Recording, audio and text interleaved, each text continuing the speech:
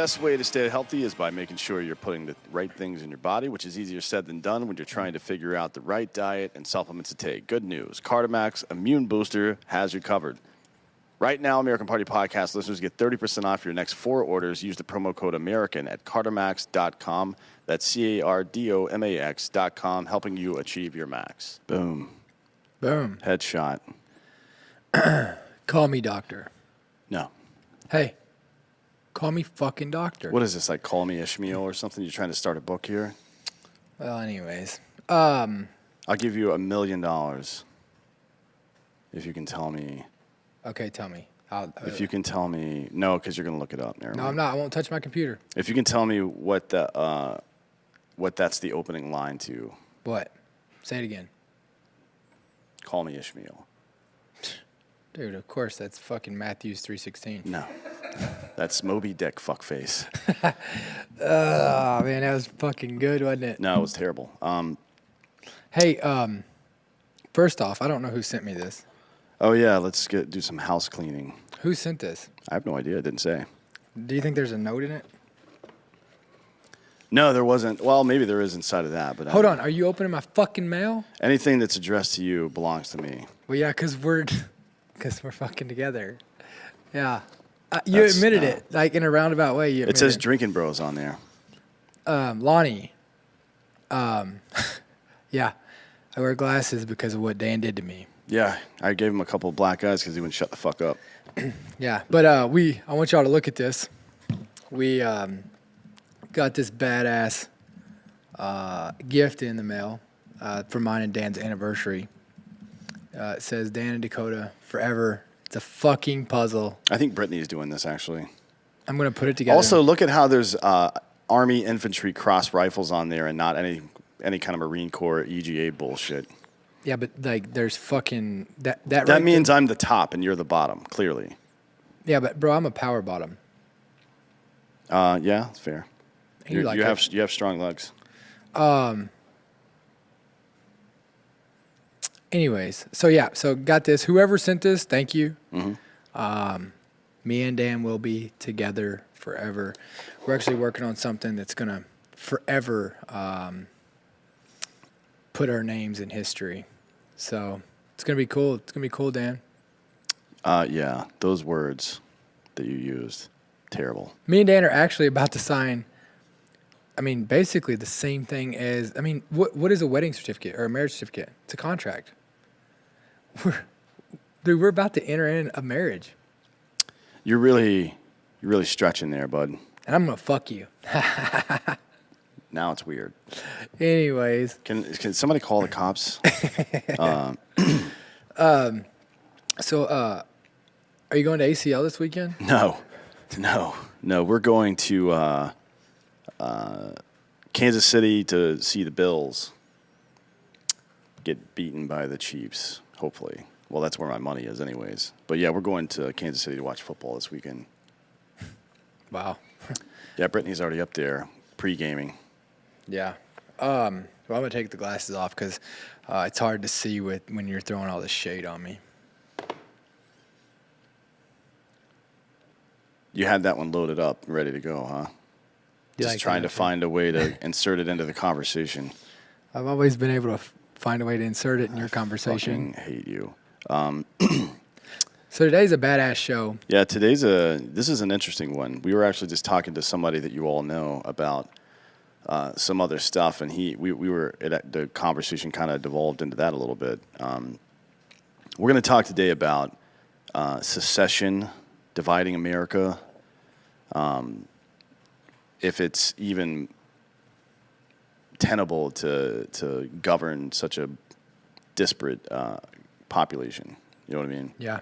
Like the idea of America is that everybody has the same goal, and if some of the countries' goal actually it looks like a plurality, so less than the majority, but a good amount, 40-some%, are pretty much fine with authoritarianism and shit like that, and don't really care so much about liberty. Yeah. So you can't be in we talk about the social contract and what that means. The government will provide,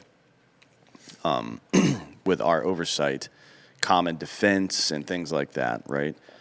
safety nets of some Well- regard and common defense and policing and shit like that. And in return, we give them a little bit of money here and there. They build some roads and blah, blah, blah, but they also respect the founding document. Like the contract that we signed is the Constitution and the Bill of Rights. And that seems to be violated on a regular basis now. So we're in breach of contract as a country. And the aggrieved party is 100% the side that errs on the side of liberty. Well, so the way I look at like the federal government versus the state government is, I mean, we're already divided. I mean, like the country's gone from 13 states to now we're at 50 states, right? Oh, that's some people say 50. Could be as high as 60. Who knows? Whatever. So, anyways, you get my fucking point. Yep. The way that the government was designed to be, and I think that we fucked up by having a federal government and a state government, right? And me saying this is, I mean, technically, when we started dividing out to 50 states, how did we think this was going to work? Well, first of all, there were only 13 at the time, but if you read the Federalist Papers and the 9th and 10th Amendment, it was to say the federal government is a necessary evil, basically, right? That was the point. But you get my point. Like, yeah, 13 states, it's a little bit different. Sure, 13 states and what, like 3.5 million people or some shit like that. Why? What didn't happen is the federal government didn't evolve, and instead of evolving and trying to find its place, it's tried to just survive and propagate its own existence. That's right? a problem. That's a self-licking ice cream cone. That's never good. And that's what's happened, right? So the big thing is, I mean, I think that the simplest thing is just get rid of the federal government, and each state does its own. Yeah, I mean that's one solution. It would be called, if you were going back to the days of the Federalist Papers, they would be calling those individual Confederate states, right? But now that word's kind of poisonous because of the Civil War and shit. Now the only thing that we would have to figure out is the military piece, right? Right. I mean, but that's the entire purpose of the federal government is to provide for common defense. Yeah. All of the, well, not just common defense, but also trade deals with other countries. You know what I mean? Like, so if you look at the EU, that's what they were trying to accomplish. Everybody in America saw the EU as some kind of new world order, and I think it's just because the history of Europe was so fractured.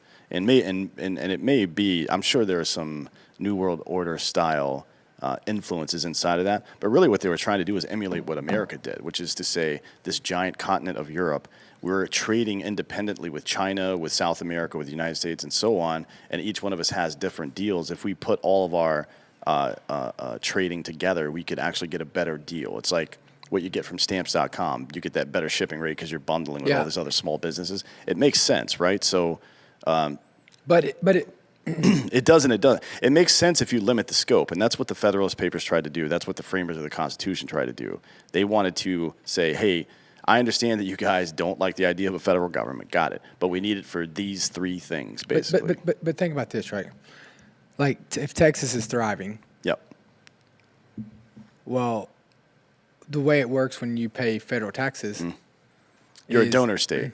You're a donor state. Yeah, and then there's welfare states as well, right? Yeah. So, but you don't need a structure to take care of that, and we know that because the American population is, outside of the infrastructure of government, the most generous population on earth. We've gone into this a number of times before, and so when places like Greece have economic struggles, or the Middle East, or wherever the fuck else it is, somebody steps in and helps them. That's how the world is structured these days. And all we got to do, you don't have to worry about that shit anymore, I think. Yeah, I mean, all you got to do. I mean, like, if Texas ran out of money, they could just start a fucking GoFundMe. Yeah, or an OnlyFans. TexasOnlyFans.com. Or maybe they probably come up with a different name because. Well, yeah, because you don't want to trademark infringe or anything. No, I'm gonna. I think I'm getting on OnlyFans. You should, yeah. Just sell pictures of yourself doing puzzles or videos of yourself doing puzzles. Yeah, it is a Glock 43X. Thanks for axing. But yeah, it's if you go back to, so one of the things I when we talked to Brett and Heather the other day, we were talking about constitutional originalists and how myopic that is, short-sighted, right? You take the intent from the framers. They had a really good idea, but they couldn't have foreseen these circumstances. So we have to take the idea and map it onto today. Yeah, like We need common defense. There's no question about that. I mean, even Jesus, he came down and then they had the New Testament, and I know you're really big into Jesus and stuff, and so the New Testament. Yeah, but even the Bible. Yeah, for sure. And you could say the same about the Bill of Rights or even the additional however many amendments there have been since then, 17 amendments since then. But there comes a time when you have to reassess. And Thomas Jefferson thought it was every 15 years. Yeah. You know what I mean? I think that probably was not true when he was alive, but it's definitely true now. 15 might be too much, and you can't, government is a behemoth, so you can't rework it every 15 years. But we sure as shit better take a look at it and see if it's actually functional for what we're doing. Yeah, when the government comes back to us and tells us that despite whatever tax rate we're all individually paying, hey, we don't have enough money, for what, right? We didn't ask you to collect these taxes, and we didn't ask you to perform these services that you think you're entitled to perform. We didn't ask you to get 600 people together and give them all $200,000 a year salaries and pensions that we have to pay, and their health care that we have to pay. Well, right? and here's one piece.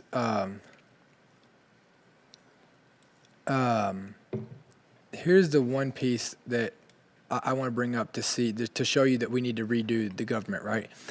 Do you think that? Why did we have 3 branches? Why did we do that? To limit the power of each individual branch, right? It's not just because because one branch of government could technically do all of this shit, but that is authoritarianism. Yeah. So we split them up and gave them equal power so as not to do that. And I would say that most Americans can't even name all 3. No. Well, probably not. Can you? Yeah. Legislative, American League, National League. What's the other one? Legislative, executive, and judicial. Say judicial system really fast. System. Say it really fast. Judicial system. Dana Carvey used to do a bit on that. He said you can't say the phrase judicial system without sounding like you're intoxicated. Judicial system. It just sounds like a drunk dude at a bar. Okay. Anyways. Dan, hey, keep your fucking shenanigans to yourself. So in 2012, the Secession Movement. In recent years, some states in the U.S. have either discussed the possibility of secession or attempted to put measures on ballots to allow residents to vote for secession. Texas is usually the one that's always wanting to do it. Well, it's not just Texas, though. Yeah, Texas talks about it a lot now, but California and Washington and, Washington and Oregon and then northern California and southern Oregon have tried to break off from their own states. Yeah. But to secede from the country entirely, it's mostly been southeastern countries. Yeah. So in 2000, should be noted, by the way, during the Civil War, New York City at one point was just like, dude, we don't need these people. Yeah. They almost seceded themselves. Yeah. They also sat out of the vote to break off from England. So New York's not very. Doesn't have a very patriotic history. Anyways, continue. In 2012, after the election of Barack Obama, a series of online petitions were submitted to whitehouse.gov asking for secession for various states. Mm-hmm. There were eventually secession petitions set up for all 50 states. So basically they gave all 50 states the option, with 6 of them garnering enough signatures to reach the 25,000 signatures threshold required for them to be addressed by the White House. So in those 5 were Texas, Georgia, Tennessee, Alabama, Florida, and Louisiana. So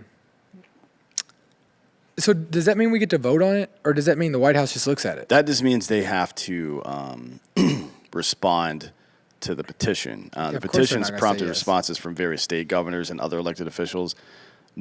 Most of them rejected the idea. Yeah. Most of them. Obviously. I think most elected officials now would as well. Yeah, I agree. And I don't think it's out of concern for conflict, and I don't think it's because they think we should stay. I think it's because most of these governors have ambition for higher office. Yeah. Like if you ask DeSantis if he wanted Florida to secede from the United States, he wants to be the president of the United States. Yeah. He wants more power. For sure. Right? So he's definitely not going to say that. Out of the 6 states to meet the 25,000 signatures required, Texas met the threshold the fastest and gathered the most votes overall with 126,000. That's crazy.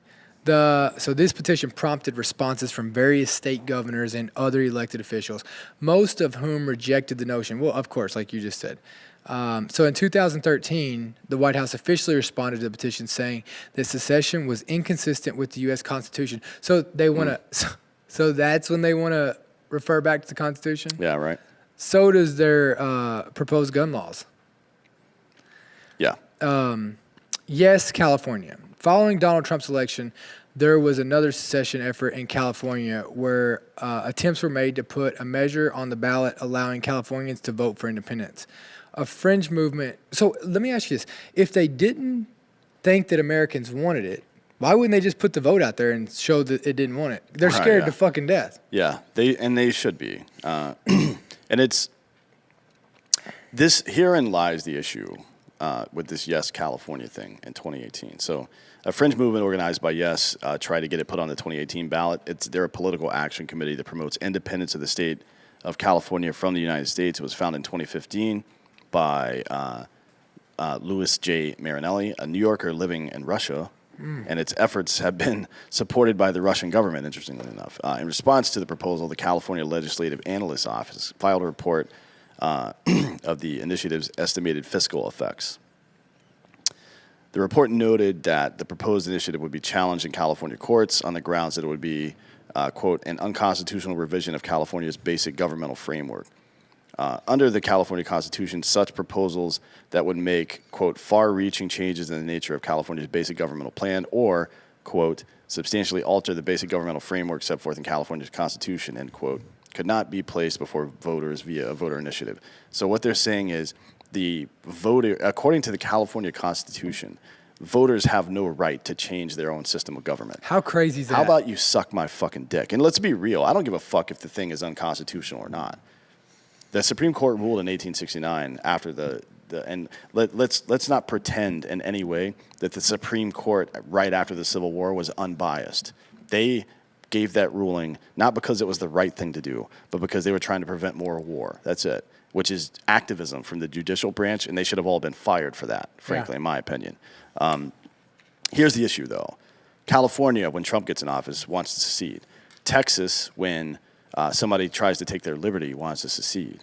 So it is clear that there is a distinguishable fracture in this among country. the population, and it isn't just about what we want to do on a day-to-day basis. It's who we are on a day-to-day basis, like the way we want to deal with the outside world, the way we want to govern ourselves, the way we want to spend our money and collect our taxes and everything. Now there will be minor disagreements about things for sure, always, and that's the point of having politics, is to let the right and the left interject with their side, the right from a standpoint of making money and providing security, the left from a standpoint of protecting people's social welfare, right? Father, mother, got it.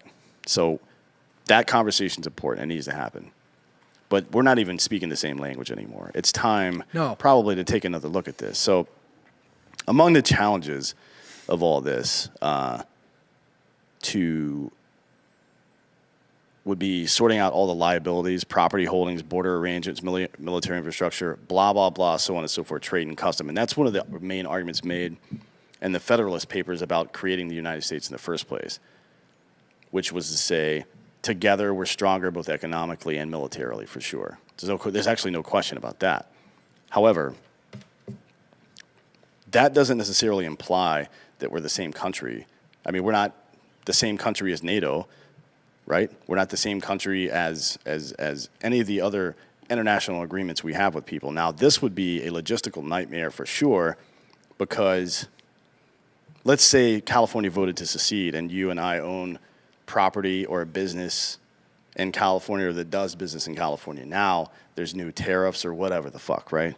which would ultimately lead. I mean, California, because of their arrogance, would immediately start trying to tax the fuck out of people for doing business there, and that it would be they would die. Well, you already see what everything is coming to. They would fuck that country, or that I guess new country of California would be over in 5 years. It would be done, and they would have to start a war, right? So it is complicated. This isn't something that should be undertaken lightly. Should California gain independence, if they were to apply to join the United Nations, Chapter 2 of the UN Charter states that a new member applications must go through the UN Security Council, and as a permanent member of the Council, the U.S. has the ability to block that application, right? But if the U.S. fractured into multiple states, then they would no longer have a permanent seat on the UN Security Council, in my opinion. That would have to be reworked as well. So I don't know if that's necessarily that big of a hurdle. Let's see here. So here, we're going to go through some of the issues with all of this, some of the hurdles. Economic problems with secession. First thing to take into account is if the country would become divided, where would the national debt go, right? Most people don't understand what the national debt is. Yeah. So I don't know if they can answer that question. The U.S. spends hundreds of billions of dollars every year on interest payments to creditors both within the United States and across the world, right? So a lot of this money we technically owe to ourselves, or certain government programs owe it to other government programs, which is that's a shell game. That is how you set up shell companies to steal money from people. The tax system in this country is just it's just theft with extra steps. I'm not saying all taxation is theft. I think that's a stupid thing to say. But the American form of taxation is absolute theft. There's no question about that. U.S. securities are considered to be one of the safest investments available, so defaulting on that debt would cause a global financial crisis. That is true. The dollar is still the U.S. or the world's reserve currency. If the nation were broken apart, there would be no easy answer on how to divide responsibility for financing these debts. However, I don't think that you have to do that. I think that the U.S. financial system can continue without the U.S. 535 assholes in Congress. You know what I mean? That have a day-to-day say over what I do legally in my fucking house. Yeah. Fuck you. You know what I mean? Like that. Those two things. This is the problem. We see these as peeling back the layers of an onion, but in reality, what we're doing is shaking off debris from a previously clean document. For sure. You know what I mean? That this is a much different situation. The government's job was to bundle all of our resources at our behest, and as we choose to do that, right, through a representative republic, not 535 people who can vote to mandate you to inject shit into your body, for example. That's how it was supposed to work. We bundle all of our resources and finances. We bundle our ability to collectively protect ourselves, and that's it. Everything else goes back. When you look at the main the issues that we have in our country right now, right? You talk about do you trust the system that elects our leaders?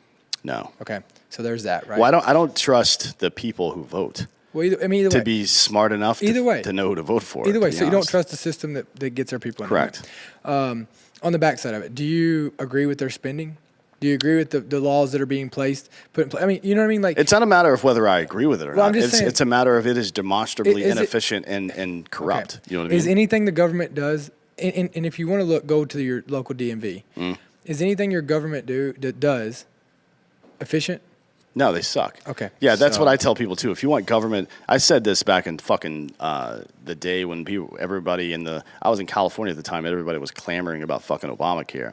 I'm like, you really want the government in charge of this shit? Go to the DMV right now, and then go to the post office, and then come Go to back the here VA. at the end of the How day. about go to the VA? Yeah, go to the VA because we all knew. That's why veterans were against this shit. We saw what a quote unquote separate healthcare system looked Yeah. like, and it didn't look good. So my thing is, like, if we split up, you know, like Texas can spend what it wants to spend. You know, it's more of a controlled debt.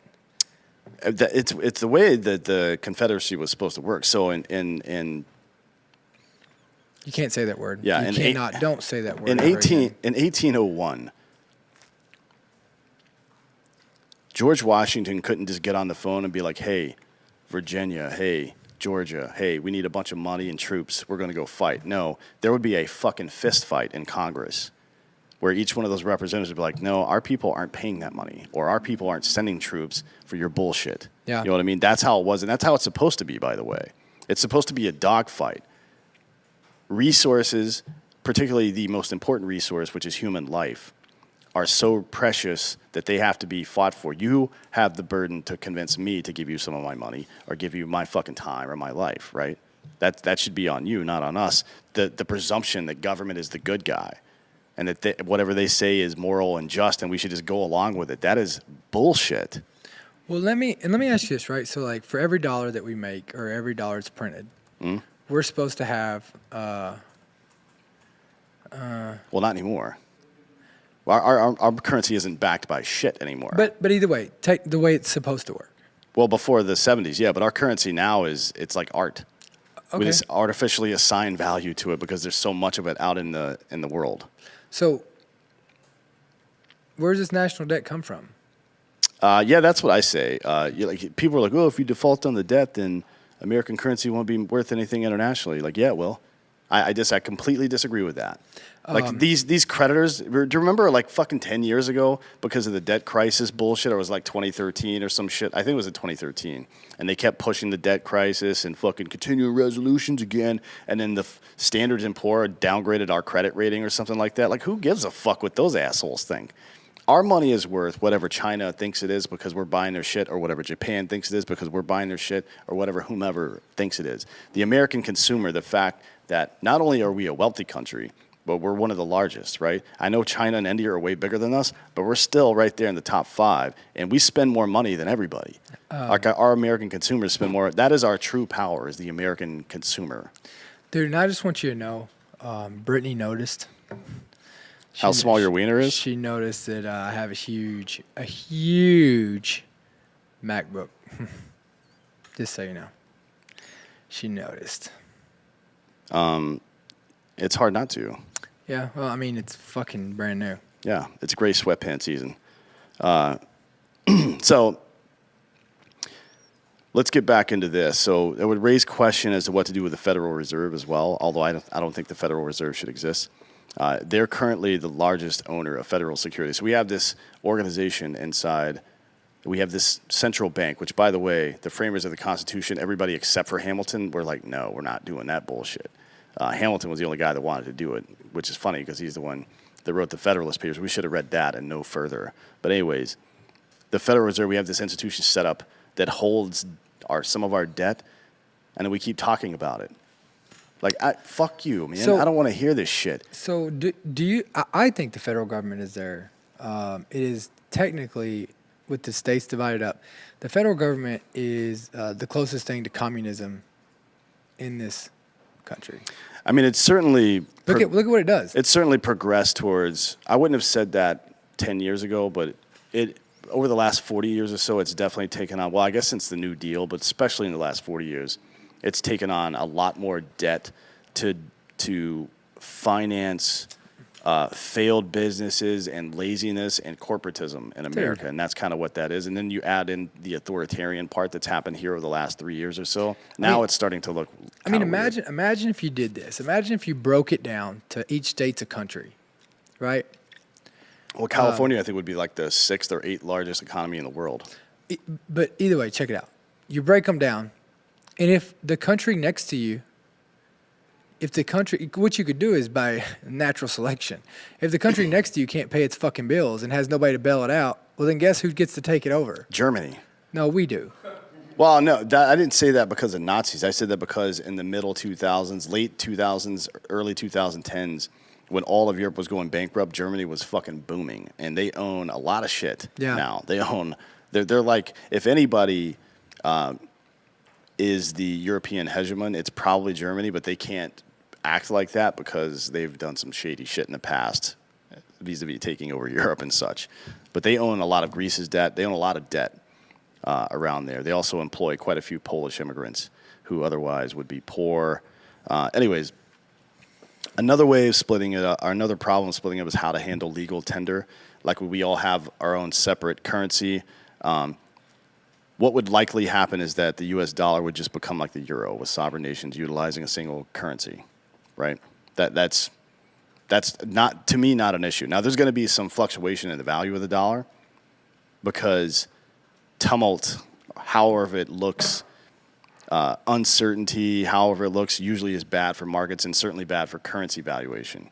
But that would be temporary. As soon as the American people, it's just like AMC. I called this shit fucking immediately when that stock started dipping down. People are going to buy it and artificially drive it up, and that's fine. That's the American consumer doing what they do. But as soon as asses are back in seats, this stock is going to start jumping up, and people are going to make a fuck ton of money. And that's exactly what's happening. As soon as the American consumer... Should I buy in it now? No. As soon as the American consumer started fucking, like, got over their bullshit for a minute and be like, oh, now it's just, it looks a little different on my screen when I'm buying shit from Amazon, but it's basically the same. Like, even if you add a little bit more tax to it, they're not going to notice that so much as long as it's still easy to make the purchase. That's all they really fucking care about is convenience. For sure. And I'll tell you what else is really convenient. Fucking ghost beds. Ghost beds are so fucking convenient, man. So ghost beds, they, as a doctor, are by far the best beds on the face of the planet. They still got the bundle sale going on, 40% off on bundles. They are always supporting those that support us. They even support you while you sleep. You know what I mean? Ghost bed has your back. They have your front, too. And even when you roll over, they'll have your front. You Yeah. know, think about that, man. Tons of recoil. Tons of recoil whenever you're doing puzzles on them. And if you spill your drink while you're doing puzzles, you get sloppy on them. They have the mattress protector. How cool is that? They got the cooling technology sheets and pillowcases. Really badass. 20-year warranty. I don't know who would put a 20-year warranty on a bed that fucking Dan got into. They also have 101 nights. Money back, no questions asked, guaranteed. Ghost Bed's always out there crushing it. They're so badass. They have pay-as-you-go, 36 months pay-as-you-go financing if you want to go that route. And then, again, though, I just think that the recoil is just absolutely incredible for, like, you know, a lot of times what I don't like is I'll be doing my puzzle on my Ghost Bed, and then, like, somebody will come in and jump on it because they're excited to see my puzzle, and it'll shake my puzzle off, and it won't do it on a ghost bed because of the recoil that it has, right? It's springy and doesn't shake everything. So if you want to go check them out, ghostbed.com/drinking bros. That's ghostbed.com/drinking bros. Is that what you do on yours? Is puzzles on your? No, we fuck constantly. Fuck? Yeah, and when we're not doing that, we're watching other people fuck from our ghost bed on our giant TV in our bedroom. So next up, they're not actually on the schedule for today, but I wanted to mention Amazon Music again. Since you're listening to a podcast now, I know that you fucking listen to them. You can listen to all podcasts over there. I think pretty much everyone's over there. 10 million free episodes. It's not just for podcasts, so they get the music. I was listening to one of my favorite bands. It's called Threat Signal. There's like a fucking... It's called Hanson. Yeah. It's a metal band from like Brampton, Ontario, Canada that no one's ever fucking heard of. They like one of their albums, only one of them too, is like one of my favorite albums of all time. And it's the only place I can watch it. And it reminded me this morning whenever I want to watch some obscure movie. It used to be like, fuck, it's going to take me like 2-3 weeks to find this. I may never find it. Now it's like always on Amazon. You can find pretty much anything on Amazon. So this isn't even an ad read. I'm just telling you, Amazon Music Unlimited, if you're looking for obscure music, that's the place to go, and it's really not that expensive. Go to amazon.com/American Party, and you can get that deal. Dude, so you fuck on your bed? Yeah. Dude, I don't like calling it, like, I think it's just so disrespectful when you call it fuck. You should call it making love. Well, fuck means to strike, Yeah. and that's what I do. I strike constantly. Body shots mostly. You strike?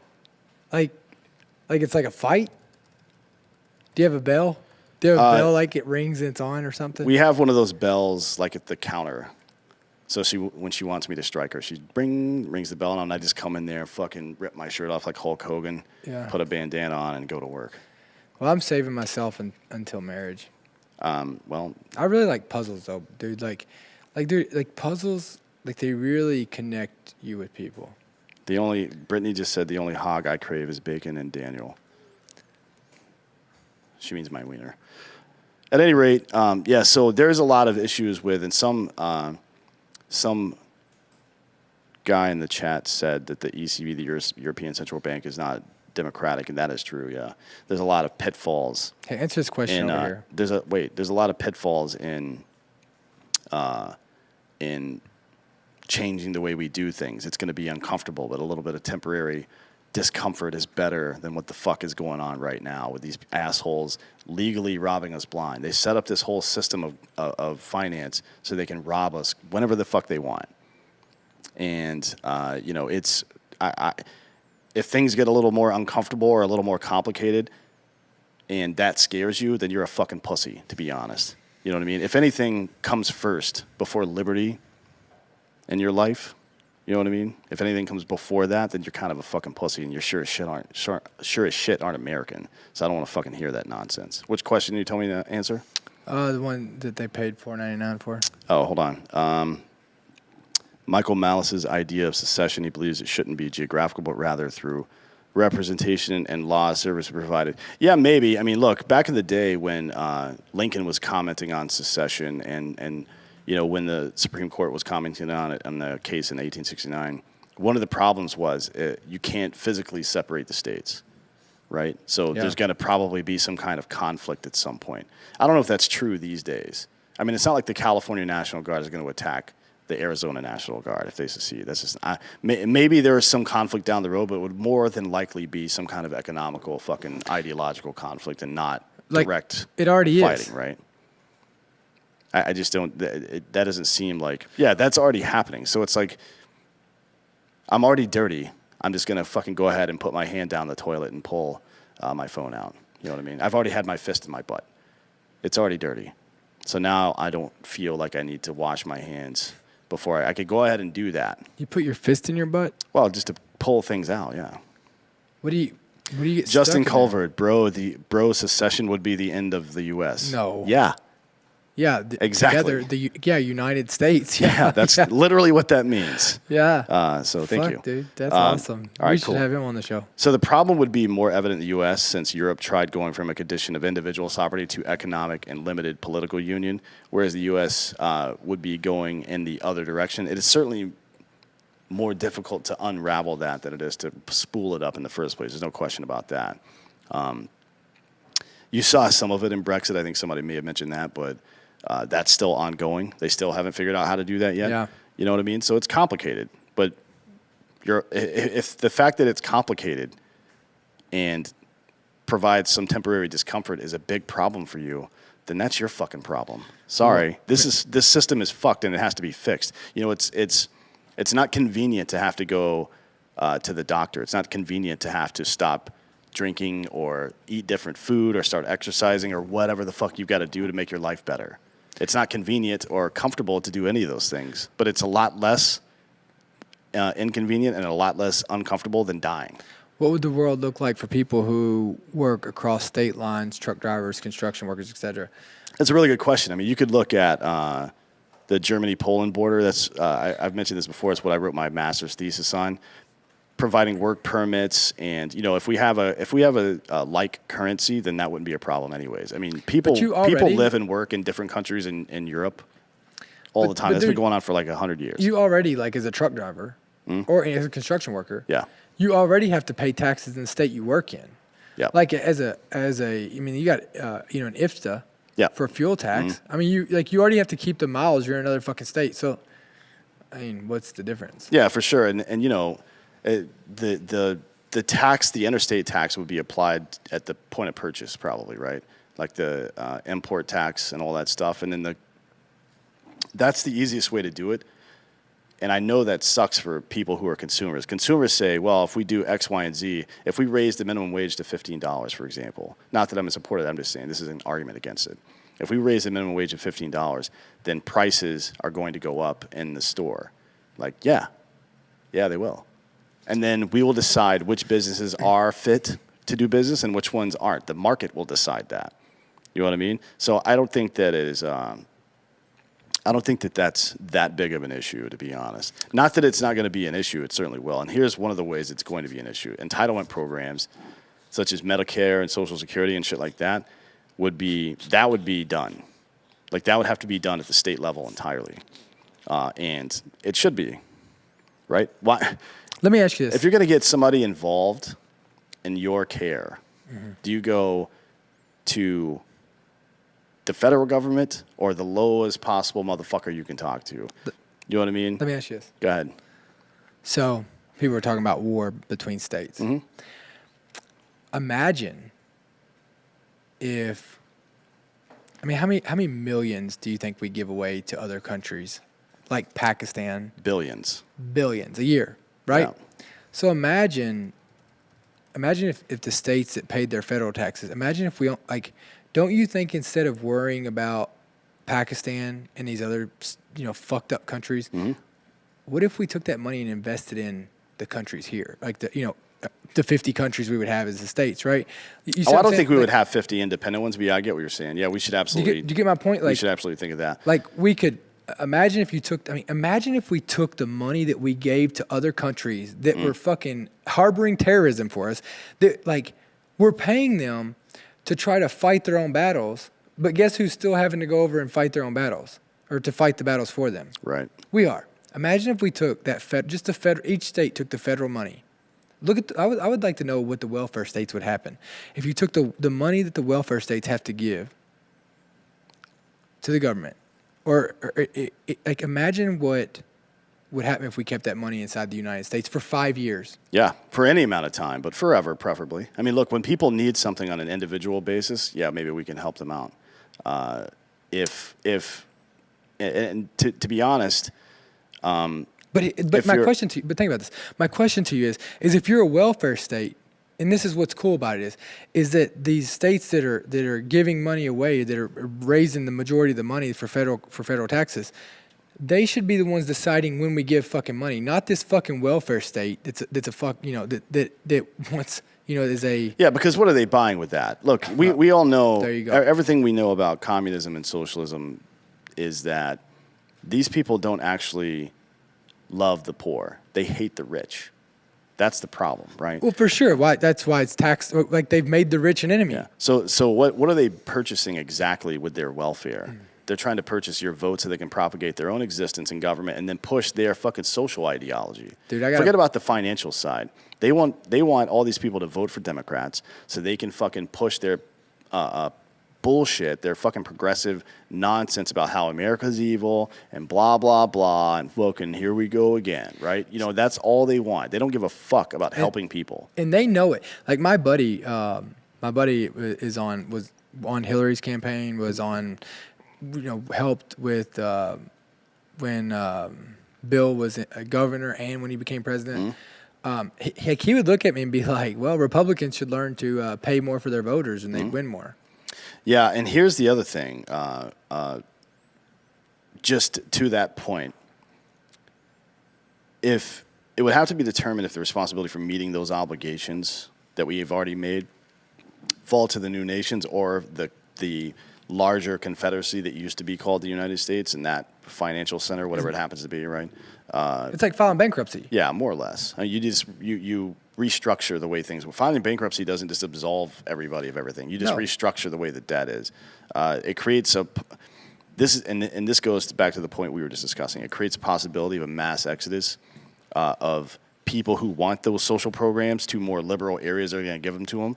But I'm telling you, those places aren't going to have the money to do that, right? So they'll make the same promises as before, and then instead of becoming welfare states, in the way we refer to a state, they become a failed nation state, which is far, far worse, right? So tell me this. So I'm gonna give you some money that we give. So in 2021, right? So Jordan, we gave $1.52 billion. What did we get for that? A lot of intelligence, but they're a small, not powerful country. Okay. I mean, we talked to $1.52 billion worth of intelligence. Billion? Maybe it depends on. Okay, Egypt. We haven't gotten shit from there, but Egypt is. I'm just telling you why we're spending that money. Egypt is a problem for the United States. Okay, but do you think it's less of a problem if we keep paying them? No, I think they can go fuck themselves. But here's the other part of that. But my point back to you though is you want me to tell you another problem is when we pay all this money inside the United States and people don't go back to work. Right. And then they're like, well, we're going to sit here and not go back to work, and you can either give us more money or we're going to bitch about it, right? Well, they can bitch about it Well- because that state won't have any more money. You know what I mean? But you get my point on this. Yeah. I mean, look, so Dude, what are we getting? 800. So we're even having to occupy Syria.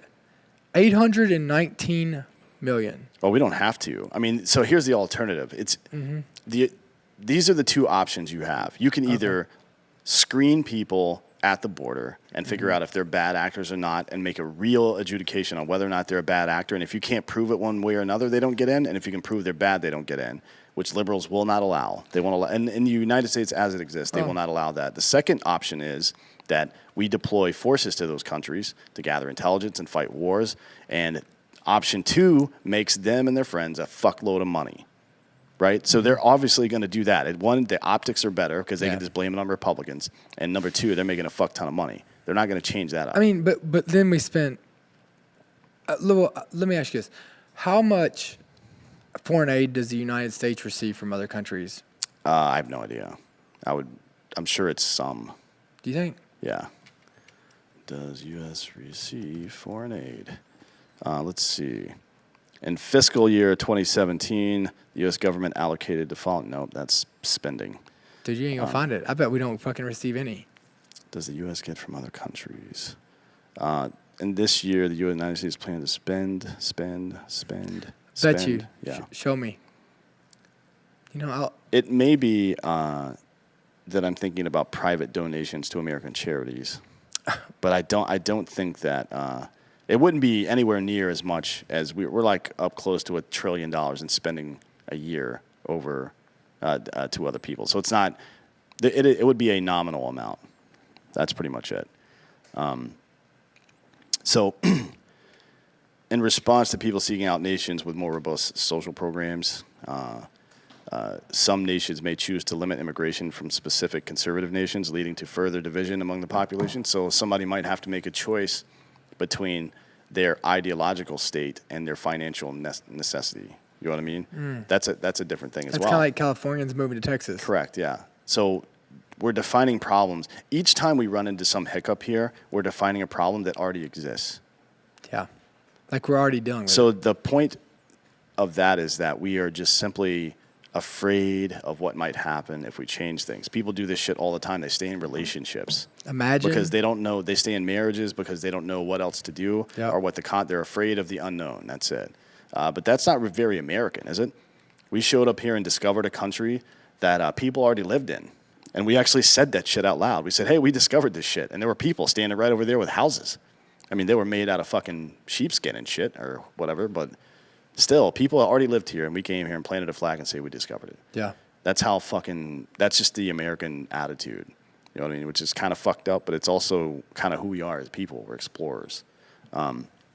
So here are some of the other issues. Demographic. I'll explore you. Thanks. Demographic and geographic issues. Deciding on what the borders would be of a newly proposed nation also presents problems. While it seems obvious to use existing state, county, or city lines, that's not necessarily true, right?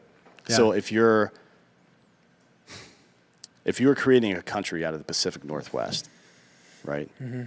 Or even the entire West Coast, what the smartest idea would probably be to do is to take a certain sliver all the way down, like Chile, right? Because those are where the liberal areas are on the coast. And then farther east, I mean, East Washington, East Oregon, even Northern California have tried to secede over the years already. So it's not like there's not an appetite for that. Yeah. What you might see is the eastern parts of Washington and Oregon and the northern and eastern parts of California and Idaho, Wyoming, etc., Montana, all becoming their own country, right? Or a confederate of some sort with the Southeast. Mm-hmm. You know what I mean? And I like how this is such a big fucking problem. We don't share a land border with them. There's two states, the biggest landmass state, actually, that we have that we don't share a fucking land border with.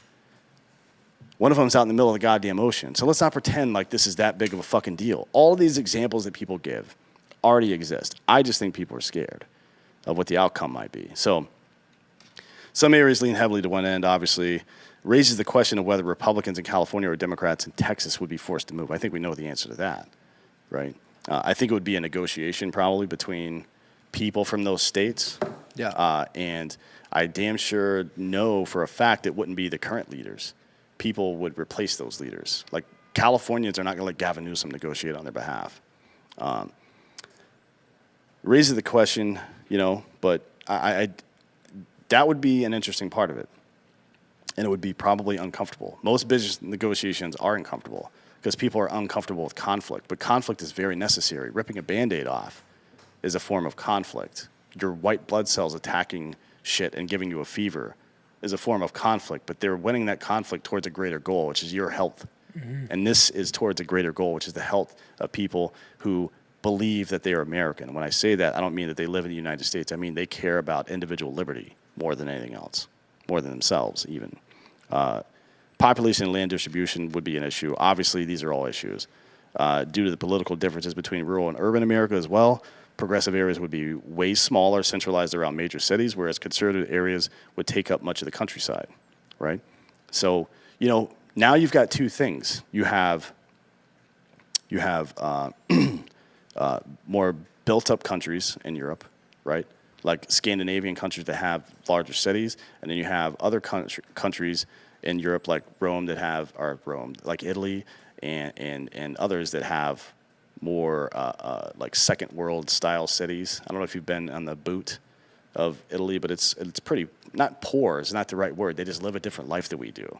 So same thing in America. They're already doing exactly. it, though. They're already doing all this. Go to my town in Kentucky. People go to New York to see the ball drop or whatever, or to see the Christmas lights, and people go to Montana to see the fucking elk, dude. That's already happening. Yeah. All we're doing now is giving the people that live there the opportunity to incentivize for themselves people coming there, and with tariffs or tourism or whatever it is. They already do that because it still pays their bills. They do it to a certain degree, but the federal government takes a huge chunk out of that. Exactly. You know what I mean? Mm-hmm. So all we're doing is removing a middleman that is corrupt as fuck, that tries to tell you what to do. Removing the mob of the nation. Yeah. Anyways, due to the population, Brittany's talking shit. The population difference would be significant as well, right? So unless it was one, I guess, liberty country, whatever, let's just call it progressive versus liberty, because those two things are definitely ideologically opposed. The progressive country would be high volume in certain centers, right? Yeah. And I think the liberty country, the progressive countries might have the ability to establish their own smaller countries. The conservative country, or not conservative, but the liberty country would have to be together somehow. Yeah. However that worked. Not necessarily geographically, but here are some of the military issues. Obviously, we have troops and bases, treaties and obligations all over the world. The common defense is not something that I'm willing to negotiate on, to be honest. I think we need common defense. Well, but again, and it also, before you opine on that, it puts the pressure back on the people trying to take us to war. Now, instead of having to convince a bunch of sycophants who are getting paid in Congress, you have to convince each individual state to send their people and their money and et cetera. Bro, how stupid is this? Why the fuck do we have state and then why do we have federal and state representatives? Like, if you just got rid of Congress and the state representatives went up there and represented us. That's what the Continental Congress was. That's how it should be. Right? That's the Congress that voted to go to war with Britain, to emancipate, to sign the Declaration of Independence, that voted on the Bill of Rights. There wasn't state legislature and federal legislature. There was state legislature who represented us at the federal level. 100% how that should operate. No, there's no question about that. Womb Raider, I'll tell you that Dan is. Tell me that what I am what? What's he talking about? Oh, I'm not going to tell you. But Dan is, for sure. I know. Oh, circed. Yeah, I'm double circed. Yeah, Shit. he is. He's double. Double. Similar to shared currency, shared military would also limit the independence of nations, as non-participating nations would have exclusive control of their troops. I disagree with that. I disagree with that wholeheartedly. I think that a federal standing army is a problem. I think that the Federalist Papers spend, especially 15, but a bunch of them spend a lot of time saying exactly why we should not have a fucking a standing army all the time, and why each fucking fighting age male should be trained to fucking fight. And that's what the Second Amendment is about. It's not about the National Guard, and it's not about any of this other bullshit. And it's not necessarily entirely about just the ability to defend yourself, but it is in principle, because the principle is that if everybody, all of our fighting age men, and you can include women in that as well, obviously, all of our fighting age people are able to fight and defend themselves and use weapons, and we are collectively stronger together. That is the point. So it doesn't need to be a federally backed program or anything like that. We are all fighters here in America. That's what makes us great. Yeah, especially if you watch YouTube, like with those guys that do YouTube. Oh, yeah. Yeah. What's that one dude's name? T-Rex arms? Is that? No. Yeah. Is it the black dude with wears the goggles and he's always doing that weird fake bullshit? That's what we made up Instructor Earl about. Anyways, yeah, there's a bunch of knuckleheads out there, but a well-regulated militia, when he says well-regulated, that doesn't mean that everybody's making height and weight every week, or that people are getting drug tested on a regular basis, or all the stupid shit that the American military has grown into because of bureaucracy and fear, right? It's the fear of middle to senior leadership of getting bitched at or not getting promoted. So they have to fucking use corporal punishment and draconian nonsense to control large groups of people. It shouldn't be like that. It's not supposed to be. Nope. The intent is to be able to fight effectively, right? And that's one thing that we seem to have lost. So I don't think that the federal government should have any control over our military. I think they should have the ability to coordinate a common defense, but they come to us and ask. And if we say no, the answer is no. And if nothing else, each governor decides on which way the state votes. Yeah, completely agree with that. I think that's exactly how it should be, and I think that's the way. Oh, we do have a future. We do have a future together. I think that's the way that it was intended, to be honest. I mean, if you read, Alexander Hamilton was the #1 proponent of not only a central bank, but of a federalized government in the first place, of all the founding fathers.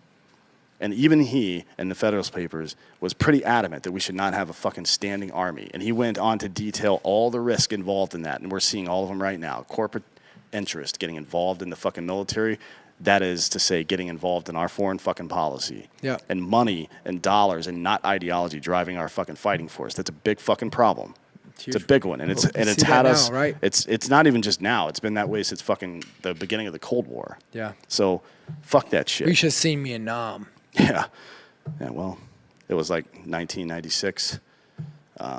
Just going over to visit a textile mill, right? Yeah, dude. Or did you deploy to Vietnam? Were you reincarnated? Yeah. Stolen valor. Effects on global stability. Now, this is an issue a bit.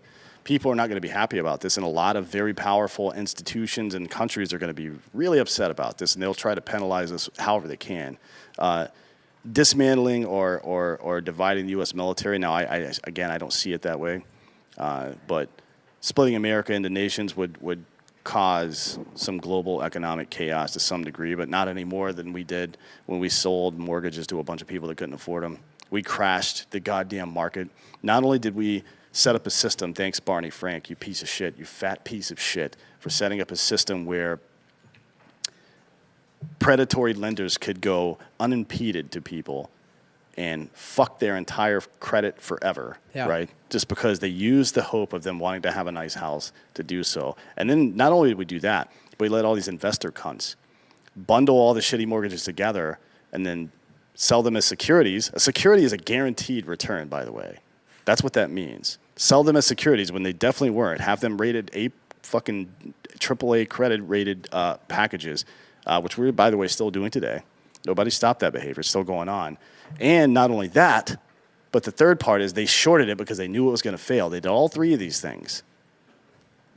It was the largest, maybe the largest redistribution of wealth in the history of this country. Yeah. Happened right there, and it fucked up the entire global economy. So here's what I say to that. If they can do it, so can we. Fuck them. Because they did it to make money. We're doing it to solve the problems in our fucking country right now and take that shit back. So a modern example of this happening, forget about Brexit, because that was just like one country leaving the EU, the collapse of the Soviet Union. Yeah. It's a good case study in some ways. It's not a perfect analogy, but it's a good case study in some ways. So, recent example, obviously, dissolved into smaller nations. Growing unrest in the Union's constituent republics developed into constant political and legislative conflicts between them and the central government. Lithuania was the first to declare independence, and this is, started the process of the wall falling and blah, blah, blah. Late 91, the leaders of the three unions, that is to say, Estonia, Latvia, and Kazakhstan, left in December of 91. And after that, after the largest republic started declaring independence, effectively the Soviet Union didn't exist anymore. So 11 more just kind of fell out. And then Mikhail Gorbachev, obviously everybody remembers that fucking press conference. And then, the news conferences where the fucking wall's getting smashed down by people with bricks and with sledgehammers. The collapse led to legislation that helped open the door to Russian expansion in the world market, bolstering relations not only with the former Soviet bloc nations, but also Western powers such as the United States and United Kingdom. So you want to tell me right now, this is 30 years ago, you want to tell me that Latvia and Lithuania and Kazakhstan and Estonia and Slovenia and some of these countries that didn't exist before, right, are doing worse off now with their ability to independently speak to other nations and do their own deals and blah, blah, blah, than they are being under the thumb of the Red Soviets. Are you fucking kidding me? That's not even a conversation, is it? It's not, because I'm not going to conversate it with you. Converse. It's conversate. No. No. In the mid-90s, It is. I'm a doctor. Okay? Boris Yeltsin and George H.W. Bush Flat. were able to sign trade agreements designed to make it easier for U.S. citizens to conduct business in Russia. So not only did the independent nations that broke off from the Soviet Union do better, Russia itself has done better. Yeah. Their economy was collapsed. They were fucked. They couldn't pay any of their people. They couldn't fucking afford any of their welfare programs. They couldn't afford to fund their military. They couldn't do any of it. And they broke up, started negotiating individual deals. We see this in business all the time. A company gets too big, becomes a behemoth, and it moves slowly, and it has too many disparate parts that don't make sense together. Then you break it up, and each individual company starts doing well again. We see this all the time. And you get rid of the waste that doesn't pull it away. Because waste happens in negotiations, always. We call it pork in the federal budget, right? Waste happens when you have to convince somebody to do something else. But if you're using your own buying power, right, if you have the power to negotiate on your own behalf, there's going to be far less bullshit in that contract. In 97, Russia participated in the first time in the economic discussions at the G7 summit. In the following year, because of the success of their new economy, after just 6 years, they became a full member of G7 for the first time, right? In the history of that country. Yeah. Russia was a fucking superpower right alongside the United States from the mid-40s all the way up until 91, until they collapsed. Then 6 years later, finally, they joined the world economy, right? Yeah. Because they split up their fucking corrupt bullshit.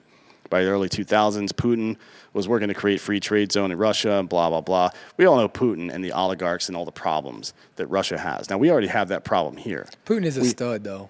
He is, yeah. We saw these.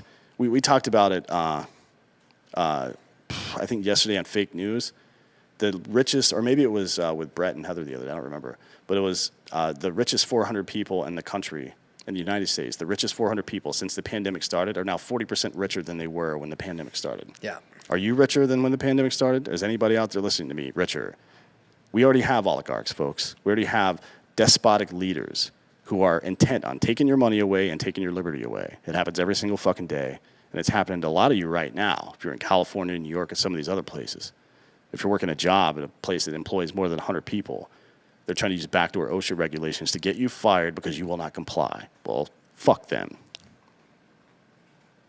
And some of the other issues, just to cap this. So, crime culture and social changes of the collapse. Many Eastern European countries saw an increase in crime rates following the collapse of the Soviet Union because a lot of assholes, like a lot of the government corruption, moved outwardly into those Eastern European countries and stayed there without, instead of being paid by the government now, they were just criminal assholes. So criminal assholes that are in the government now are going to persist. Like sure. K Street in D.C., they're going to keep trying to lobby, as they call it, which is to sell and peddle influence for money. They're going to keep trying to do that. Look at Hunter Biden. Yeah, and when we catch them doing that, you smash them like a fucking ant because they're nobody. You know what I mean? Their power is it's fictional. After the Soviet government fell, the Russian mafia stepped in to fill the power void. Now that is a problem. That is something the holders of contracts and the peddlers of influence like that have to be monitored very closely when you split like this, because anytime there's a power vacuum, the first people to go into that are the biggest pieces of shit. It always happens. I mean, look at what happened in Iraq after we killed Saddam Hussein. There were like 15 different people that tried to step up. All of them got killed. Same thing and then it was ISIS, right? It always happens. There's asshole after asshole until a group of assholes decides to work together. And you have to stop that shit. Don't they call that divide And conquer, yeah. A lot of government corruption happened in the smaller states that were broken up. I mean, I don't know that would be if Texas seceded right now. Do you think there would be more government corruption in Texas? No. Than there would be before? That just doesn't make sense to me. None. Other countries, including Lithuania and Latvia, underwent westernization, which saw them adopting Western ideas and political ideologies. Now, I'll tell you what's going to happen when things get real tough for people, and you see it already. You see these people coming from California who were traditionally Democratic voters, and everybody keeps saying Texas is turning purple. No, it's not. People are coming here, and so there's some assholes that hold on to their old bullshit ideology, but for the most part, the people moving from Texas to here, even the people that were Democrats before are like, you know what? We're not going to fucking recreate that shit here. People are not that stupid. Some of them are. A lot of them are brainwashed. 40% of the country, maybe. But that still leaves a lot of people to work with. Finally, the collapse of the Soviet Union also allowed China and the European Union to expand their influence in the area that was once controlled by Moscow. So that's what you'll see as well. If something like this were to happen, you would see other countries try to get involved in American politics. But how much more involved in the American economy and politics can China get? You know what I mean? I mean, I guess we could all be speaking Chinese, but I do speak Chinese. You can use Babbel.com if you want to do that. Until then, we got to go. I'm going to go watch some baseball. So. Yeah, you know where I'll see you, Dan? I'll find you. Yeah. I'll see